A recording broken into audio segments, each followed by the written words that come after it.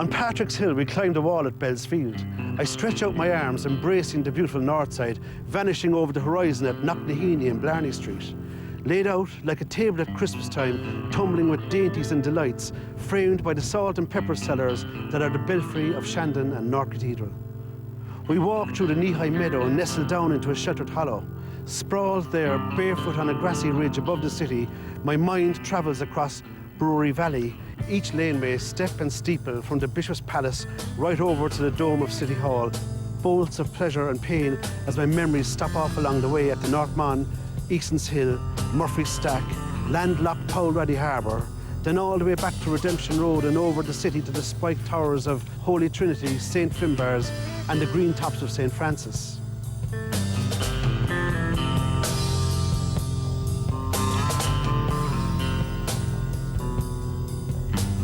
The truth is, I'm very well rooted in where I am, but I think most people are. Everybody has a sense of home, everybody has a sense of place.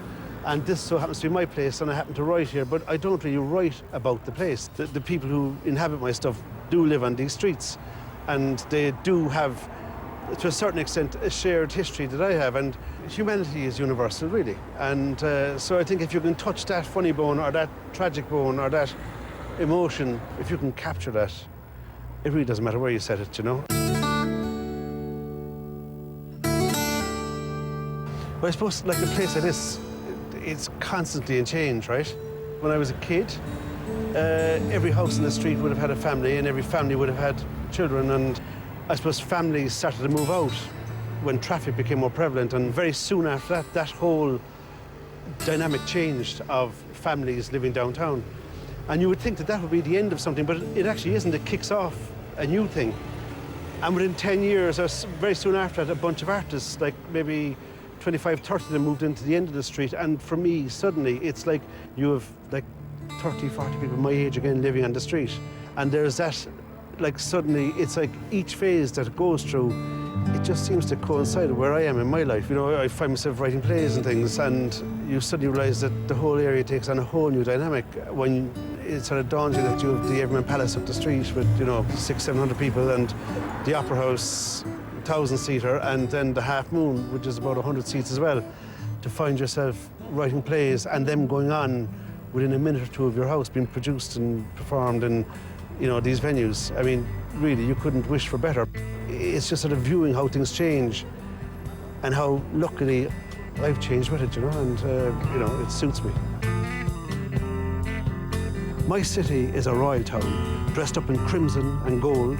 In the distance, through the mists of a coal smoke, the cry of an echo boy, the chimes of an ice cream van across on Spangle Hill, the bells of some cathedral or other, the yelps of children from Roach's building playing ball along the road. There is a harmony of movement and colour and sound. Everything is as one. The aromatic blending of Murphy's Brewery, Linehan's Sweet Factory, and Bracken's Bakery. Jesus, this could be heaven, I say. Could be, she smiles, could be. I'd be probably the most unlikely writer you'd meet, actually, because like when I was writing first, it was when I was in the laundrette. I was just sitting down writing while the stuff was washing. You know, in fact, I remember the early stories, I used to write them longhand, and I used to bring them to Secretariat School around the corner there and say to them, would you type that there for my friend, right? And I used to bring in the stories to get them typed to my friend. Did he collect them yet? No, I collect them off you, right? And then eventually, they were obviously reading them, right? And they knew, right? And they were saying, I liked that one, no, I didn't like the last one. And then, so then I had a bunch of them all typed up over maybe a few years. And I think the artists moving into our street was a big turning point for me, because I realized that if this is something you do, you should just do it, you know? The last 7 productions, they all opened abroad, actually, right? Like 3 of them would have been in Shanghai, and then 4 of them would have been in New York. And it's a major buzz, because first of all, you're in a town where you know nobody, and you suddenly feel, you know, this is a whole new world. And there is that thing that because these things are very site-specific, you know, the locations are very specific to Cork and stuff, you start to wondering, you know, will they even get it? And then when they do, it sort of reassures your head that, yeah, you're doing okay, you know, because often Like, I suppose the big stumbling block to someone like me is sort of self-doubt. You know, you're wondering, what the hell am I doing this for? You know what I mean, right? It's like, you know, does anybody really want to know about this?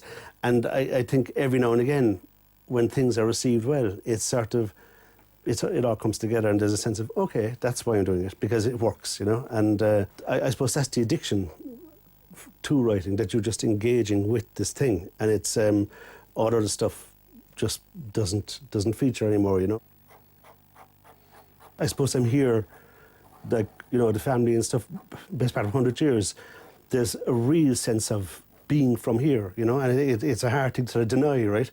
And I think sometimes people might perceive that sense of home as being maybe slightly sort of, I don't know, maybe contrived or whatever, but I think it's sort of the heart and soul of what life is about, that sense of place. Personally, I'm delighted to be here, you know.